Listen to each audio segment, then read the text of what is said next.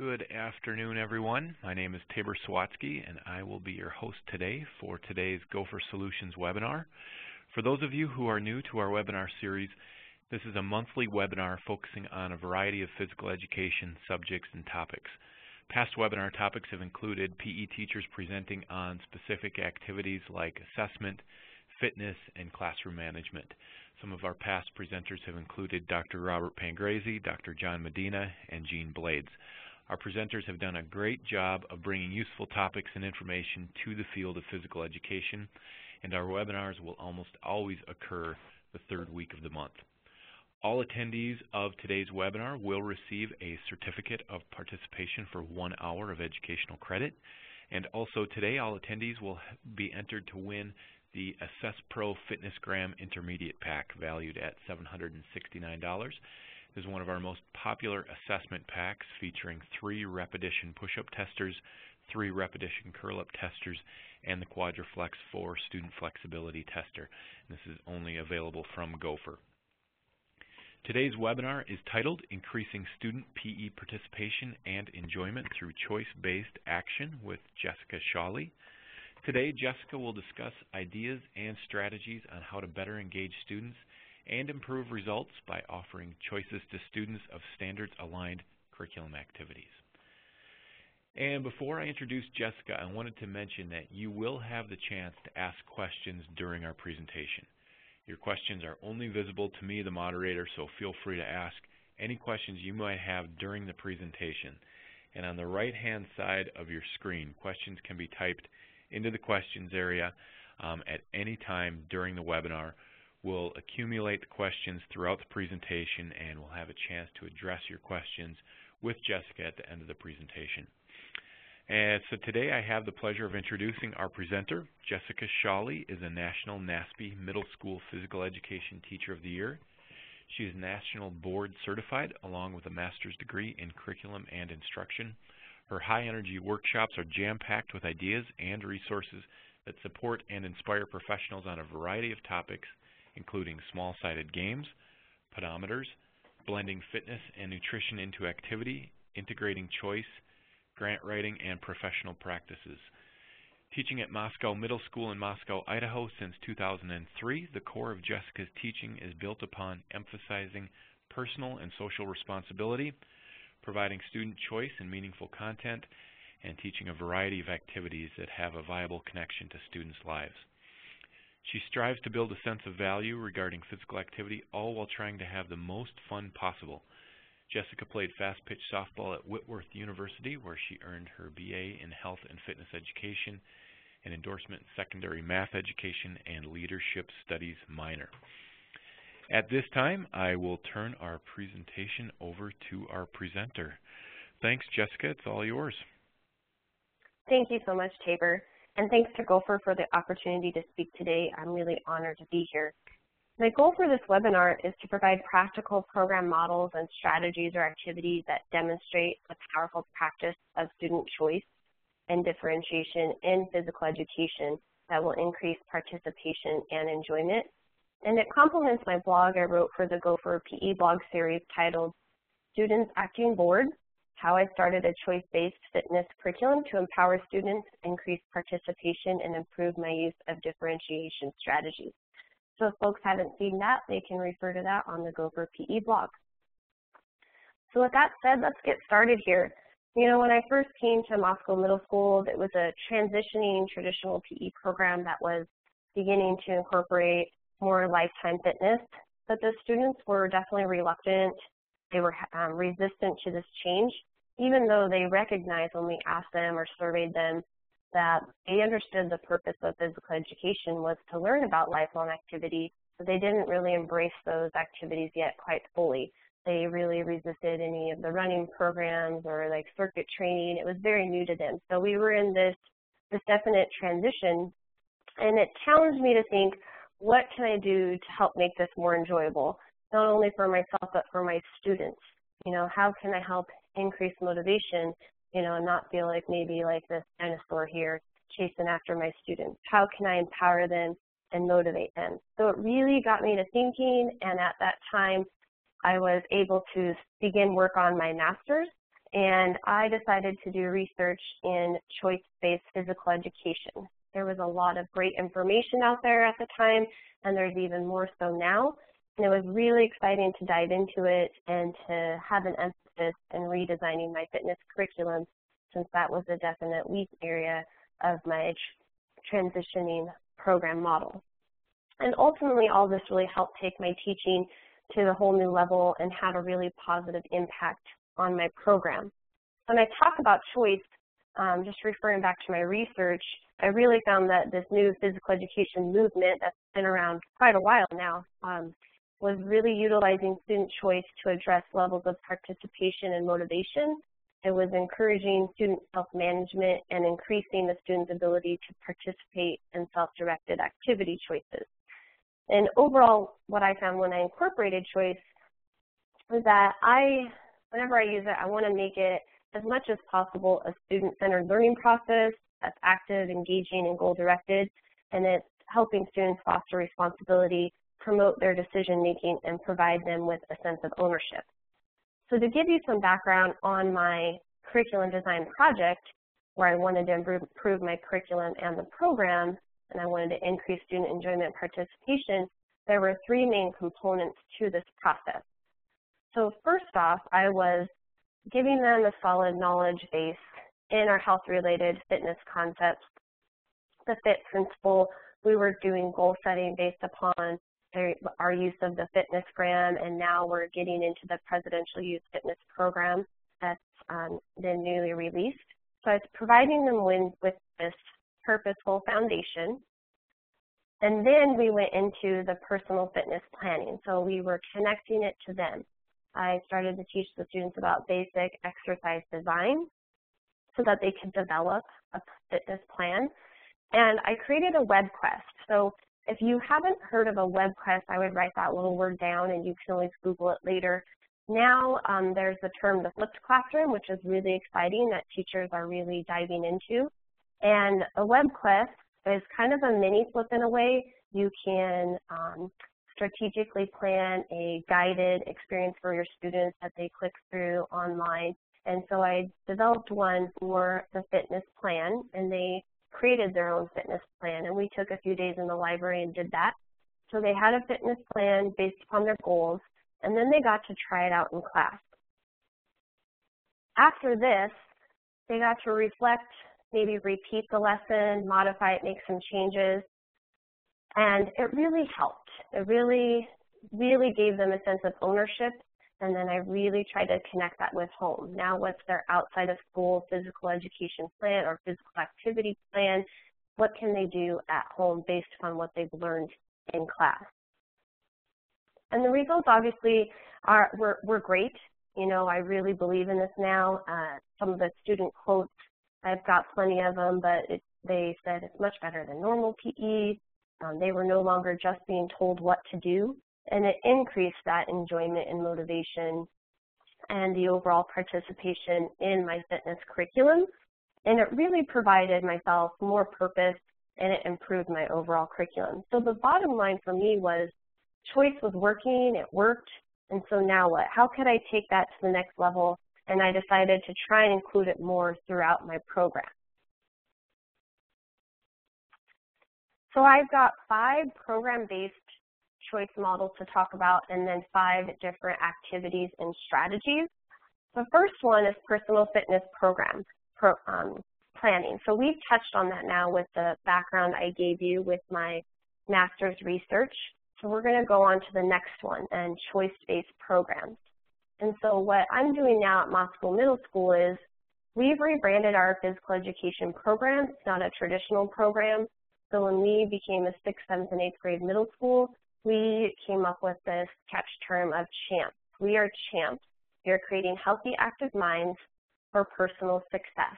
And it helped brand it for the parents so they knew it was something different, for the rest of our staff, and for our kids and what we were doing. And so what we have here are we have 3 teachers that share students. We have a really strong team teaching and collaboration model. We see our 7th and 8th grade students 4 out of 5 days a week. So we have a modified block schedule. 2 days of the week are 72 minutes, and we half the time is spent in some sort of large group fitness activity, and the other half is an activity theme. And then the 2 regular days, which is a Monday and a Friday, that sticks with our activity theme to open and close the week. We have physical activity themes and a lifelong fitness foundation. And assessment is always really important in physical education. And one thing that's really helped save us and really help hold students accountable are pedometers. And we love the FitStep Pro ones because they can download them every day. And we set daily physical activity and MBPA goals according to the activity that we're doing for the day. So their choices that they make, they're held accountable for them using technology, using those FitStep Pro pedometers. We use a 3 single-week rotation model with a choice week at the end of 3 weeks. So each teacher takes one activity and teaches it 3 different times with a different group of kids each week. So we're sharing the students and we're getting some real quality instruction. And then we have a choice week at the end, which I'll explain a little bit more here in a minute. More with the common assessments, we use our pedometers, obviously, and then they also have reflections. They have a portfolio where all this information goes. They have their goal setting, they have a journal, they have community access information. And we tie that all into what we're doing is Flash. We do fitness, lifetime activities, sports, and health. So who we are in a nutshell is we are champs, and then what we do that through our Flash activities, fitness, lifetime activities, sports, and health. So to give you some more background on our choice model within my program, for example, Unit 1 might be for 3 weeks, 1 week football, 1 week ultimate frisbee, the next week tennis for the 3 weeks for a group of students. And then at the end of their choice week, where they get to sign up for one of those 3 choices. So they come into the gym, they sign up for one of the previous 3 choices, their preferred choice, and then they get to interact with other students from other classes. It's kind of a culminating week for them, and it makes it really exciting and it helps bring everything together. A sample of Unit 2, soccer, yard games, and disc golf. And we really try and, again, provide that variety where it is recreational, team sports, something different. It's not just one traditional sport. We're trying to bring in international games as well. And then functional fitness is definitely a foundation in all units. We're doing health-related, skill-related fitness. In the fall, our cardiovascular endurance programs. We have a running program, some goal setting. They're learning how to use the pedometers, how that works, how goals work, how to meet those, and that fitness testing at the beginning of the year. So that's kind of a picture of what our fall looks like. And then moving into the winter, now we're working on coming into the gym with the weather not allowing us to go outside. We're working on our muscular strength and endurance, our flexibility, and a 3-week rotation within there would be our weight room introduction, a dance unit, basketball, and then choice week. Another one for Unit 4, again, now we're in the weight room, but now we're doing more application-based stuff of what we've learned in our introduction. They're doing some of their personal fitness planning. We have volleyball, and then we have a health lab. We don't have a standalone health education teacher anymore. We're integrating that throughout 6th, 7th, and 8th grade physical education. And we're finding a way to make that work really well for us. Now, a choice week, let's say for Unit 4, it may look like this. We have 3 different areas of our gym set up for all those 3 different activities. And instead of signing up for a health lab, which the students aren't going to do, we want them to sign up for 3 activities, we will bring in a previously learned concept. So dance was a previous unit. Part of our dance unit was just dance. So we will have just dance in an area of our learning space, volleyball, and then basketball. And we found using our badminton nets for volleyball, we can set up twice the amount of volleyball games and more of a small-sided game approach with our students so that we're able to provide that variety of activities. Now, in our choice phase, the kids, again, are held accountable with the pedometers. We're setting goals for them. They're signing up for their choices. Sometimes it's first come, first served. Sometimes these students get to sign up first, or this class. The classes definitely get to intermix, and it's great for culminating play, and we're holding kids accountable for their choices. and they really enjoy it. They'll hold us accountable as well. If we miss a beat, they are, where's our choice week, you know, or when is our choice week coming up? What are we doing? So they're always talking about it. It gets them excited because they get to choose of those learning experiences. To bring that all together, we want them to reflect upon their choices and experiences. We keep our reflections really simple, but they're applicable to them.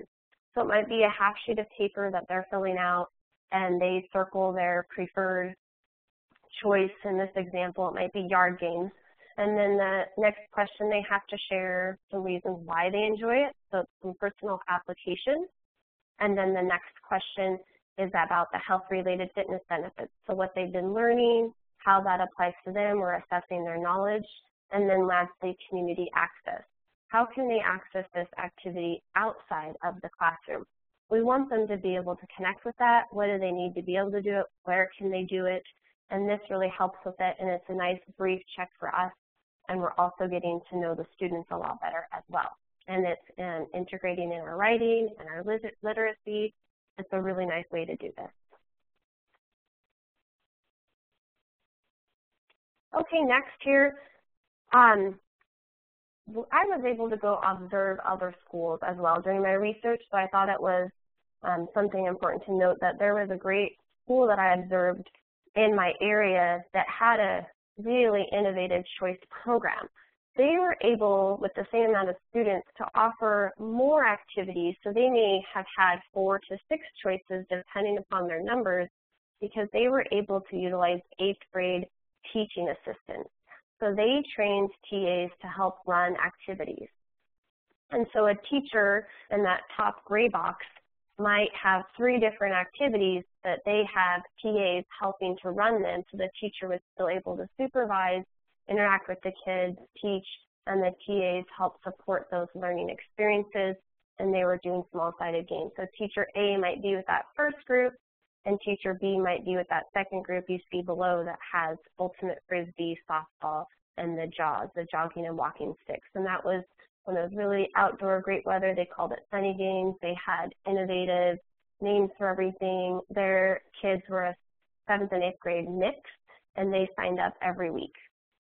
Now, when the weather got, you know, muddy, they called them muddy games, and they had indoor choices and outdoor choices. And if you signed up for the outdoor choices, you were going outside no matter what. You knew to come prepared.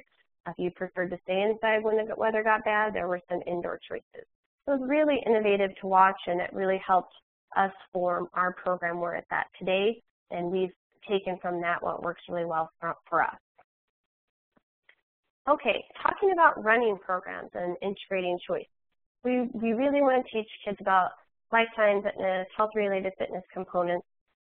And so we used to do running where, okay, you go run, or you walk and jog, and we told the students what to do. And that, it needed to be revamped. So I looked into the ING Run for Something Better grant program, and that really helped us. They have a lot of great resources on their website that I'll share with you, and that helped us realign our program. I know New York Roadrunners also has great resources. And we did receive the grant, and our first year, we had the same program for everybody, where over 8 weeks, all the students accumulated full marathon. Well, that at first was really overwhelming to kids. They didn't think they could do it, even though we knew they could, and we set up a progression for them. So we learned to integrate some more choice and to empower them, and they actually now they choose their distance. So, you know, those kids who maybe don't feel as confident in running, they choose maybe the half marathon. So we have a half, a 3/4, and a full marathon program that the students can choose from, and they work to progress through that over 8 weeks in the fall. And then we have an all-school fun run. The kids have a blast. You'll see a picture there with the snow. And usually it always falls on that first day of snow. The kids have worked really hard, and boom, it snows. And they just embrace it and they run with it. And what we found is the students actually really surprise themselves, because they usually, and we set them up for success, they're always able to meet or exceed their distance. And it's a really nice way to integrate the pedometers and have a goal. And we might be on the track for 20 minutes and they get their laps in, but they still have to finish their 20 minutes of time on their pedometer. So they may walk, or they may choose to jog some more and get in more laps. It really helps tie it all together and give more purpose to it, and it empowers them, and they also have a journal. So there's great resources on that website for the ING Run for Something Better program that I encourage folks to look into for more of that choice for a running program. Next, I wanted to talk about Choice League. And I found this really helpful with tennis, pickleball, badminton, those team sports that can be individual or you and another partner. So in that setting, it's pretty nerve-wracking for some kids. It's just them or just them and one other person. So when they're able to choose their level of competition, after I've taught them skills, after they've gone through some small-sided games and they've developed appropriately, I'll let them choose their level of competition so that they feel more comfortable competing at their level. So I might offer a challenge league and a recreation league. And the challenge league is for students who are more competitive. You know, they want to run through certain brackets, and I teach bracketology, and I'll teach them like a double elimination bracket. No one's final eliminated. Truly, there's always, you know, games to play, but I teach them within that bracketology. And then the recreation league are for those students where the win-loss really doesn't matter as much. They're participating in more of a round-robin format where everyone plays everyone and they learn how to work a round-robin. And they're a little less competitive, but they're still competing, and it's just a different enjoyment level for them. Now, I didn't say skill level. I'll have plenty of students who aren't the most skilled who would choose the challenge league because they're challenge-driven kids. They enjoy challenge, and they really enjoy competition. But I'm just letting them choose. And I still hold them accountable with their pedometers.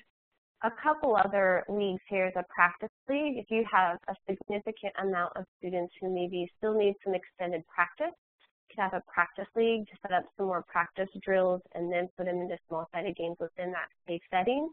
Or maybe there's a class who's ahead of the game, really fun. They can do a wacky rules league for a day or two, and they develop their own wacky rules. Maybe it can bounce a couple different times. They really have a lot of fun with choice and empowerment of mixing things up, and I'll talk a little more about that later and how we take that one step further. Again, you see the pedometer. You see that thing that helps with this accountability and that choice. Next, we have even just a simple choice day. So we're never rolling the ball out. You know, we always have some purpose. So if we have a day where a class is ahead of another class, or our schedule is thrown off by assemblies and whatnot, or whether it will, we have a choice purposeful day. So they get to participate in a choice of recent activities. That's all done within the same area. So maybe on our field with our track, we have a speed, walk, and jog program. We have flag football. We have ultimate frisbee. They're previously learned activities. We put them into games, and they go and they help run them. It's really fun to watch all the kids in the same area. And again, we have our pedometer goals. So those are 5 of my favorite program-based choices. And the pictures on the right there, you can think of as you're thinking, oh, choice, and how do I do this, and how this is for my level. One way to think of it is with elementary, you start simpler. You maybe offer 1 or 2 choices. And then as their age increases, you're able to empower them a little more with a little more open-ended, a little more choice. But it's always guided choice, definitely, and it works really well. So now for the activities and strategies. I'll talk about warm-ups and instant activities, stations and circuits, bingo cards, fitness logs, some student-led projects, and that goes along with the design your own. Warm-ups and instant activities, I think, are really huge. Getting the kids going right away, right out of the locker room, or right as they enter your classroom really helps hook them for the lesson. So if you can empower them with some choice right away, their guard goes down as to they feel like they're entering a controlling environment, and it helps get them more ready to learn. So it could be as simple as posting a sign where it's cardiovascular warm-up is your theme. You have your pedometers. They put them on, and their PA time is 4+ minutes. Or maybe you don't have pedometers that have the physical activity or MBPA, so you might give them some steps. And there's just 2 simple choices here. but they get to choose. You have that equipment out, and they get to go and do, and you have the music going. I know music really helps us. We have the music always playing at the beginning to hook the kids, and they just get going right away with their choices, and it's a blast. You could even build in some more complex layers with this. You might change it to NBPA. You might offer 3 different choices, as you see here, and you might tell the students they have to try all 3, but they can do them in any order, and they can choose the amount of time spent on each. So you can keep it simple. You can make it more complex depending upon your situation and the routine that you want to set for them. Here's a sample of a health-related fitness choice where you could have this in each corner of your teaching area. You could have different choices in each area. And again, they may have to choose a different one each time they visit that area. They might be traveling around in a certain rotation. It could be for a warm-up or for a lesson, and your theme is health-related fitness. You may have taught a few of these exercises previously or a couple of new ones each day so that they're able to do all of these by the end of a certain length of time. If we look into skill-related fitness choices, this is great to integrate during any sports-themed unit. So during badminton, you could use a skill-related fitness choices, and you could incorporate different activities for each skill-related fitness. You could have also badminton drills within them as well. So for the coordination one in the middle, I have a little asterisk there. Record the highest number of hits on the wall. The students love challenging themselves to see how many hits in a row they can get with badminton or pickleball. Then they can write their number next to their name and try and meet or beat that the next time they come to that station.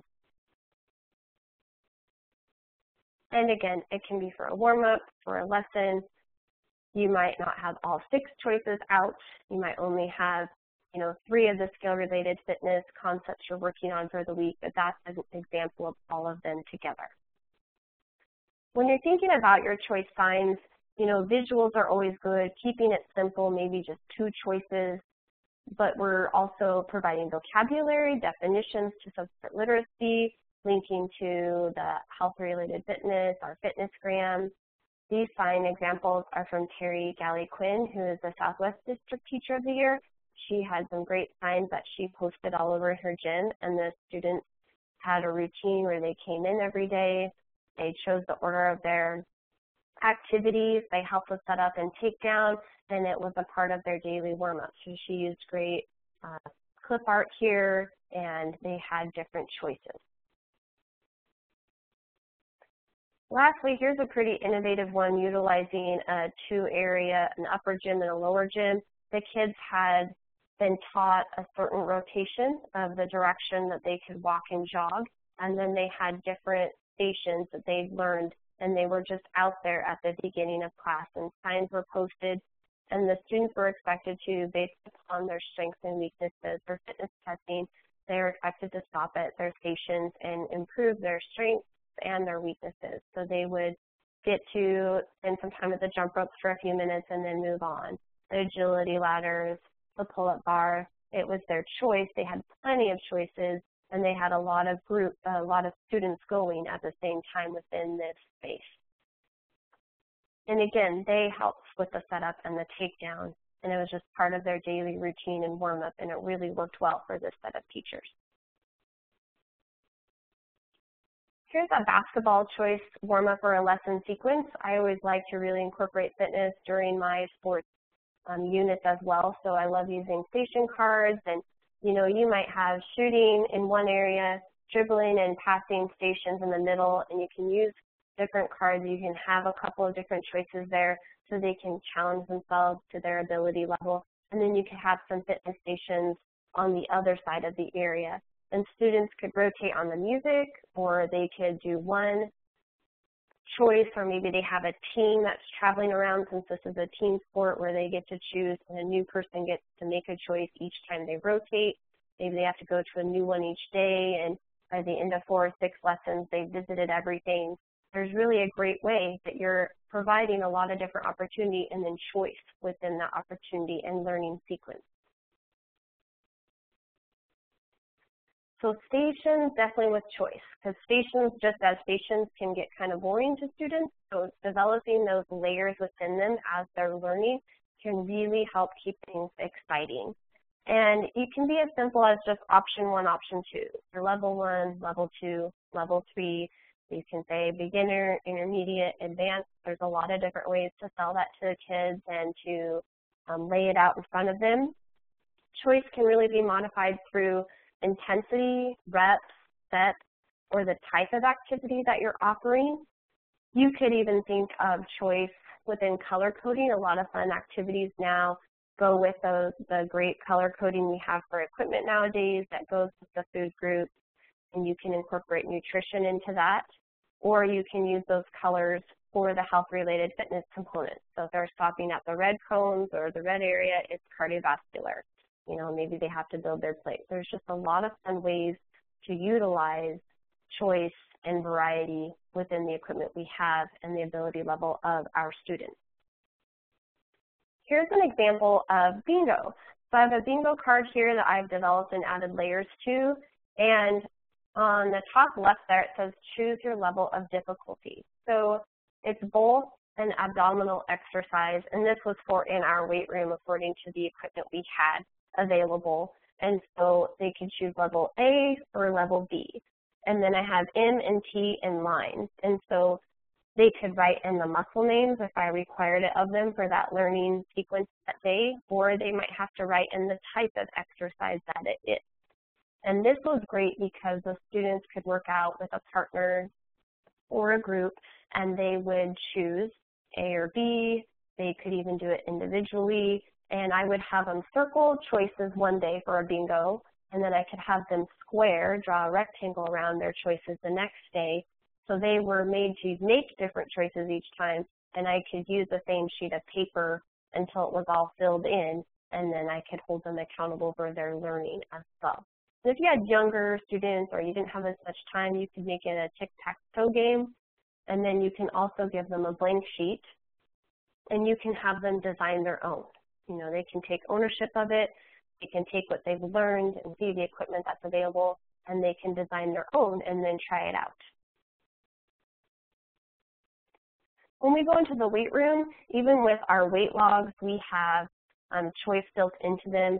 So this has the different areas of the body. For upper body, let's say, they have exercises that they've learned, but within each one, choice is the fourth option. So we're up there in the weight room long enough to where they've experienced those 3, and then they also get to fill in their own choice. Or they might do choice the first time. It's up to them. So we might say you have to do 1 exercise out of each area on this lesson, and by the end, they've tried them all out, and they've also gotten to integrate in their own choice. Same thing, lower body here, so it's just a sample, and then you can also give them a blank one. Now they've been learning how to log their activity, work out in a weight room, how to do sets and reps, and now it's in their hands, and the choice is theirs. The next one is really fun to talk about is the design your own.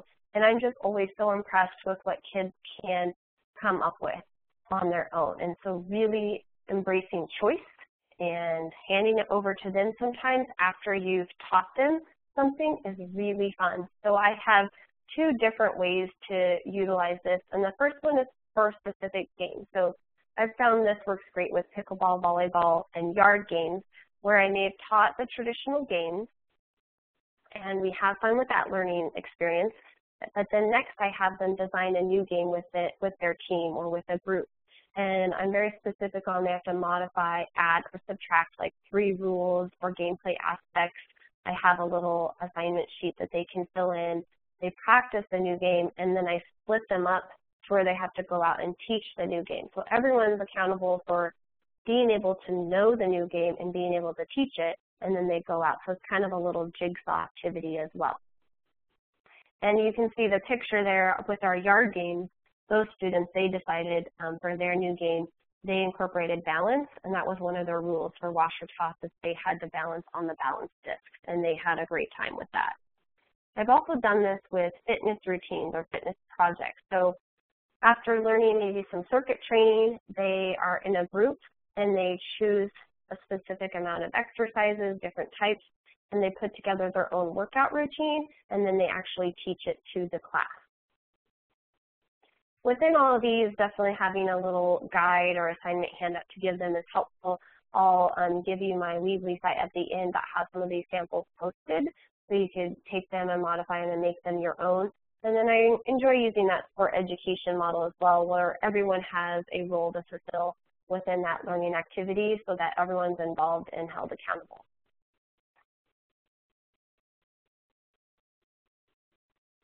A free resource to write down that I've found really helpful and is really simple is the WorkLabcom. They have simple, easy to understand times, and you can choose the exercises by equipment, by muscle group, or by multiple queries, and then you simply drag and drop over the pictures and save it as a PDF or print it out. You can have up to 6 on one sheet of paper like you see here, or you can have it as simple as 1, and maybe you print that out for a station sign. But I've printed out multiple options, and like if these are barbell options, I'll have that posted in the barbell area, where if they've completed some certain exercises, now they can go choose some new ones. So it works great for teachers as signs, and I've showed it to my students as a resource for them for maybe their own design project. And it was free, so it's a great free resource. So that's the last activity and strategy. And the bottom line is choice is just a really powerful tool for educators. And, you know, allowing decision making at some level it really helps motivate the student, it helps empower them. And I was reading about motivation, and it had this formula of autonomy, you know, that choice, that empowerment plus purpose. So having a purposeful program or showing how it connects with a person, and then mastery, for our students feeling that they've mastered the skill or concept. That kind of recipe definitely helps motivate someone, and choice can be a part of that. So those small choices that we're making and helping our students make can definitely make a big change. So I just wanted to thank everyone for listening today, and I'm excited to answer any questions that you might have, and there's some of my contact information as well. Well, thanks, Jessica, and we do have a number of questions here. And just a reminder to everybody, feel free to put your questions on the right-hand side of your screen there. Only myself will see those questions, and we'll get to as many of them here as we can. So as we're going through some of these, feel free to put your questions over there. One of the questions was, and this might have been covered after the question was asked, but do you have an example of what a student's plan was? I'm looking for a little bit more detail on one of those student plans. Yes, I do, and they can check that out on the website, or they can email me. But for the middle level, it was very simple. I utilized what was available in our weight room setting for those plans, and they had to have so many activities or exercises for their warm-up, for their upper body, for their lower body, and for their core. So I kept it very simple, and then I was able to also quickly correct them or grade them, and then they were able to utilize them and write in their sets and reps. And it was just a simple Excel spreadsheet. Okay, great. And you mentioned that people could email you or go to the website. Which website again, and what would be the best email if they had specific questions? I know there were some folks that had some questions about some of the notes in your PowerPoint too. It was on the last slide. I don't know if we can bring that back up again, it's Jessica_Shawley at yahoo.com, and you know, they might be able to find that, I'm not sure, on the Gopher PE blog as well. Okay. And it's just a simple Weebly site. I decided to be able to throw some attachments on the free Weebly site that you can make as educators so that people can access that. Great. Okay. And then another question, and this one is asking, do you identify and go to the muscles with your students? And I think that was a specific part of it. Does that ring a bell with you, Jessica? And identifying any of the muscle groups? We do, yeah. When we go into the weight room specifically, we definitely teach the basic muscle groups to our students with the exercises. So if they're doing squats, they need to be able to share with me what are the major muscle groups that they're working in the squat. And then I'll give them a quiz, whether it's verbal or written. I have my little muscle man handout, and they, they match it up and they show me that they know. Or verbally, I'll come along and I'll be asking them as well if they're bench press, what are the major muscle groups. But we keep it simple, like to the 10 or 11 basic, front and back muscle groups for the kids. Okay. Good. And that covers another question during the fitness unit. Do you go over the muscles? Which is, the answer to that is yes. Okay, and this question is specific to the use of the pedometers. We've had this question or a similar one to it in other webinars, but Jessica, maybe you can touch on, the question is, how do you have the students be accountable for the honesty with the pedometers? And I think that maybe lends itself to the broader question of kind of classroom management with the pedometers, but maybe touch on that honesty piece and maybe even broader with the classroom management with the pedometers. Yeah, absolutely. I think that there is no one perfect way, but these pedometers that I'm using, the Fitstep Pros, it's much harder to be dishonest because they're doing the activity time, and you can't lie about time. So I literally start my stopwatch when I know our activity time is starting. And so if we have a 50-minute lesson, and out of that after locker room time and attendance, I know how much active time I want out of them, I am starting my stopwatch, and I'm giving them the goal, and so they at least have an activity time goal. Let's say we're doing our running program, for example, out on the track. We're going to be out on the track for 20 minutes, and out of the 20 minutes, they have to get 10 minutes of MBPA.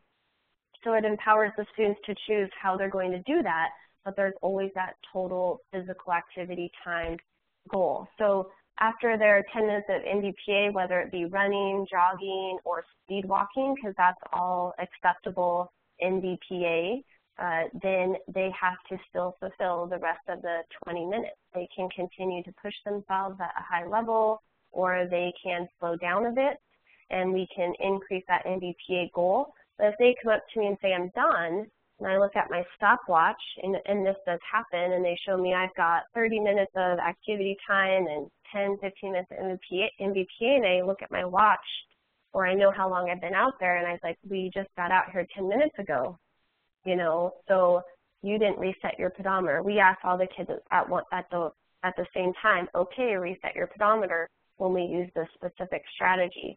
And then we know that they didn't, if they weren't listening or they were trying to be dishonest. So that's one way.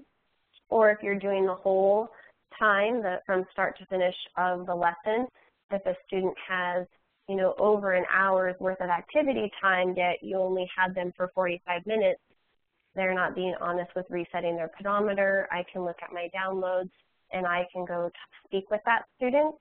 We have a very strict policy on you set it and you forget it. Their hands are not to be on their hips, they're not, if you shake it, I take it. And it's just pretty simple. I don't make it a big deal out in front of everybody. I'm taking that away, you're shaking it. I'll just go take care of it with them. And then we work with that one student on their honesty. And so we hold them accountable for it. But the other big thing I think that really will help out teachers with the accountability piece is set them up for success right away. So, and I made this mistake when I first started using the pedometers. I would set a goal that wasn't quite achievable, or it was too high. And so then they really did try and cheat the system because they were afraid they weren't going to make it. So I don't stress, and I don't maybe include the goals as part of their grade right away at the beginning of the year, because I want them to start to feel out how their body works, how they're able to meet the goals, and I'm going to set achievable ones so they can always meet it or exceed it to really set them up for success. And we have very few problems, and we're always out there with them, so we're able to see a lot too. One kid handed off their pedometer to somebody else, and that was a great learning experience for them to be you know, talked to by the teachers, like, well, what do you have there? You have 2 pedometers. Where's yours? So you see a lot of it, but if you set them up for success, you have a progressive program, the pedometers are just a great way to go. And I really like having that physical activity time because time just can't be changed. Time is time, you know, they have to get in the time. Quick question related to that. Question was, how many students do you have and how many pedometers do you have? The person asking the question was, you know, do I need, you know, 500 pedometers or do you have a class pack? Right. Well, that's what's nice about these that we have is I have one set of 35 pedometers for just me, and we have 3 teachers in the gym, so we'll have and they each have their own set. So we have about 105 to 110 pedometers. Each teacher has their own wall-hanging pedometer holder in their area, and the students come out, grab their pedometer, and it's numbered. So our numbers are 1 through 105, and I know that I have 1 through 35, and then they get reset at the end of each class period, either by the student themselves if they're not downloading, but our kids do download every day, so it resets automatically for them. And then part of our routine is that the students know to check the pedometer before they put it on at the beginning of class in case the person in front of them was gone or forgot to reset it for them. So really I only need 30 to 35 pedometers, and it works for all of my students, you know, all 180 that I have by the end of the day. Okay, great. Last comment before we leave the pedometers and move on to some Fitnessgram questions. One person came in kind of late, was wondering which pedometers you're using. They're the FitStep Pro uploadable pedometers from Gopher, and you can find those on our website. Question about the Fitnessgram.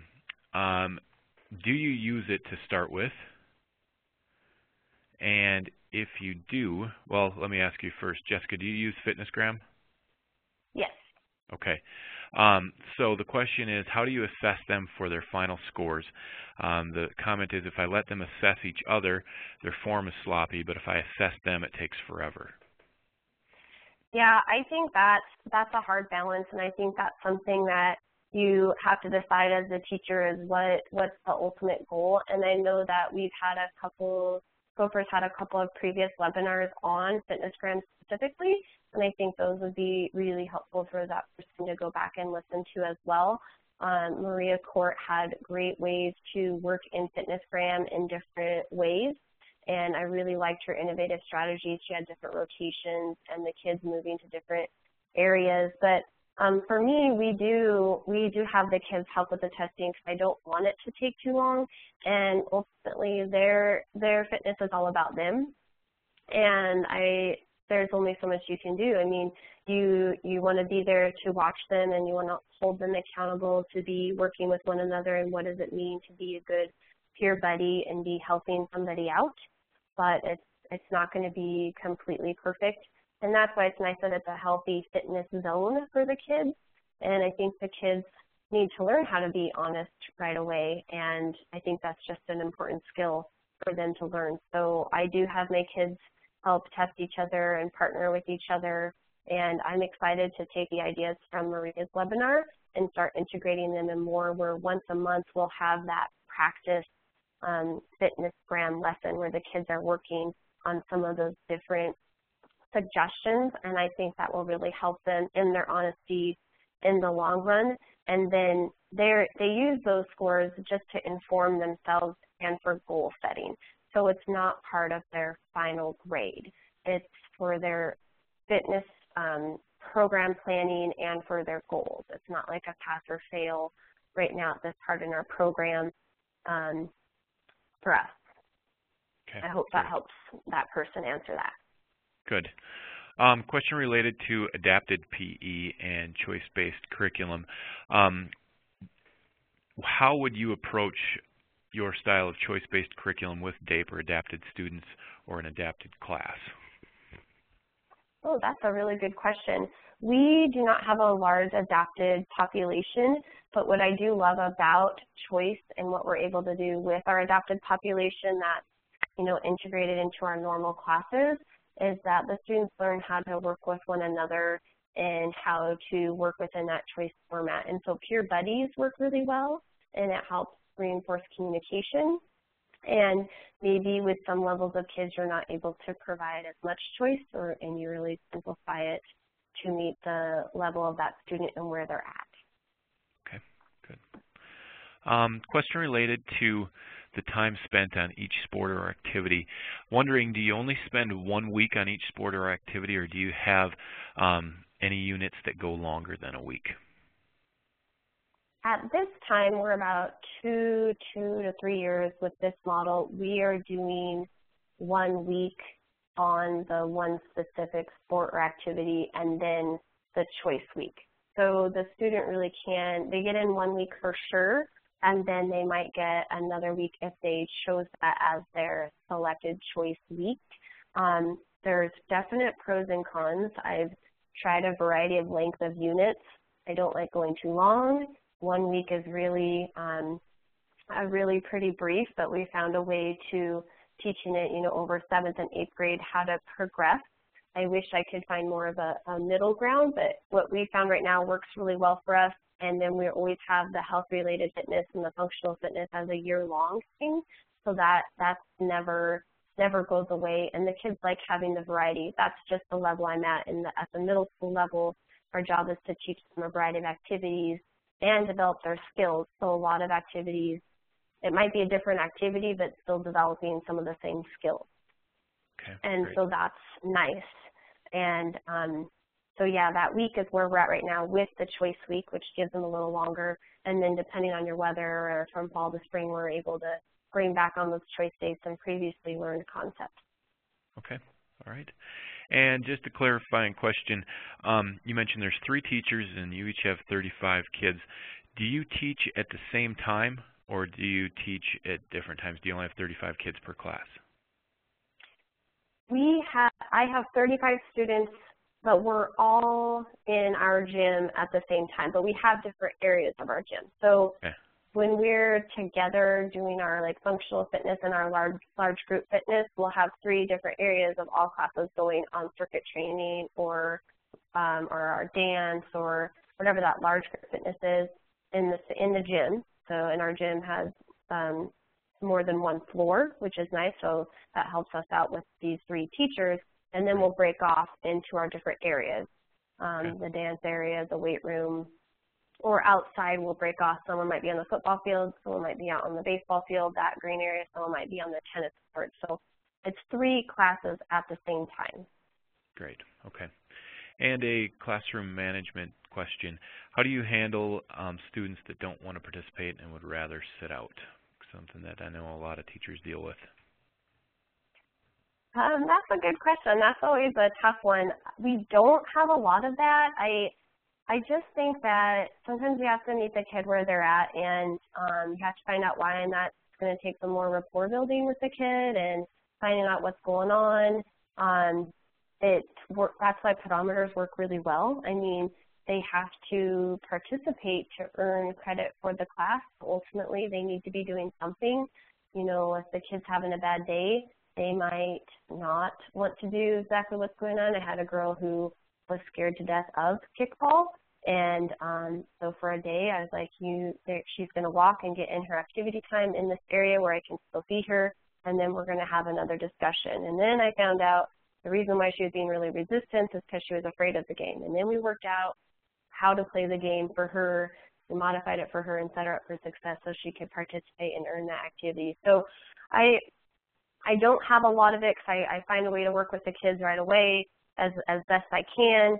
If they're, not participating, there's not much I can do. I provide shoes, I provide backup clothes, so there's never an excuse for that, and it's always, it's okay, it'll be okay, we'll make it work, do the best you can, how can I work with you today? And then eventually I get them to where they're going and they're doing. Great. And I think that's always a tough one. I think it's always a tough one to answer.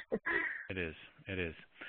Question regarding resting heart rate, and I know you use the pedometers with the activity time, and that they also have the moderate to vigorous physical activity time.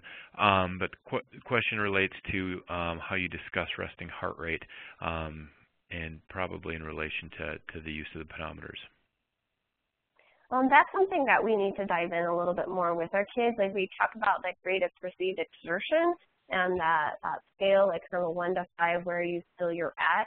And that would be another nice thing to have in our program, is to be able to have heart rate monitors so they can really see their numbers and how that correlates to their NBPA and their pedometer usage. But we don't have heart rate monitors at that point. But we use more of like the rate of perceived exertion scale, so they can kind of get that feeling of what it's like to be doing that brisk walk where there's that minimum NBPA threshold for them.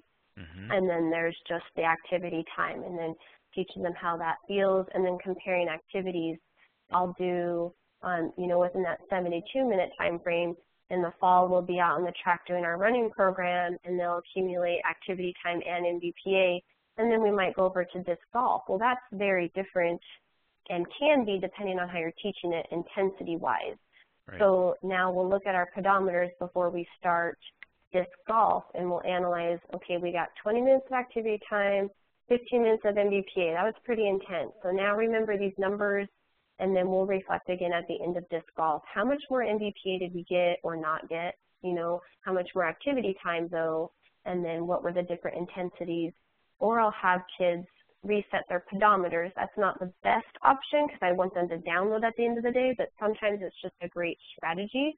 So they'll reset the pedometer halfway through, and now they'll accumulate their disc golf data.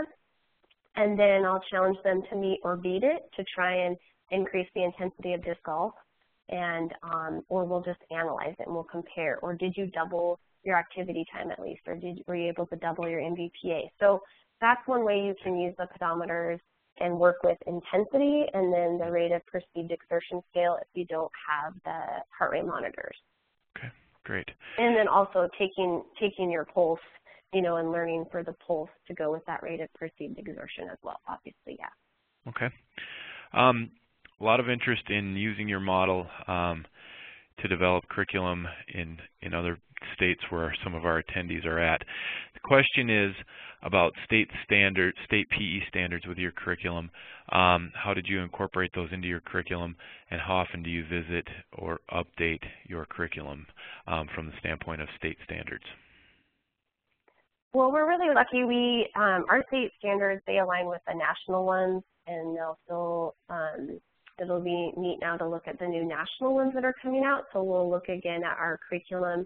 But I'm always looking at it every year to make sure I'm hitting everything, looking at each standard and kind of working backwards. I love the backwards design model, those enduring understandings and essential questions, working backwards and seeing how that aligns with what we're doing or what we want to do, what's best for the students, and so I'm a very reflective teacher, so I'm kind of always changing, always trying to make it better. It's never, never perfect. Everyone's situation is so different. That's what was interesting, like coming from the math classroom where I was teaching, you have the textbook you have with this one scope and sequence. Coming into the gym, it's very open-ended, and no one's situation is exactly the same. So I definitely took, based upon my research and my design, that experience, and then observing other schools and looking at state standards and the publications that are available from Shape America, formerly AFERD, our professional association, looking at all these different products that are out there and seeing how they can fit for us. And we're lucky because we're going to have to definitely redesign what we're doing and link everything more specifically because we're going to go through the PEP grant planning process. So we're going to be doing that K-12 now, and that will be exciting for us.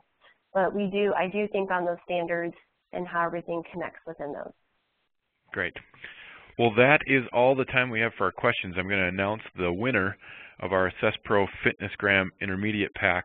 But before I do that, a couple of things to remind you of. You will receive a certificate of participation for 1 hour of educational credit. Those attendees will receive a link to a recorded version of this webinar. A number of questions were, can I have a copy of this to share with my colleague? Tons of questions and tons of interest in this topic. So great job, Jessica. We'll also have an email coming out about next month's webinar, so keep an eye out for that also. Those are usually the third week of every month.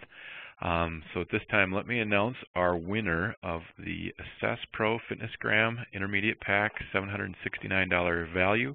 The winner is Amy Miller with St. Vrain Community Montessori out of Colorado. So Amy will be in touch with you, and that'll be on the way here shortly. Thanks again to everybody for joining us on this Friday afternoon, and thank you, Jessica. We hope to see all of you soon at another webinar down the road. Thank you.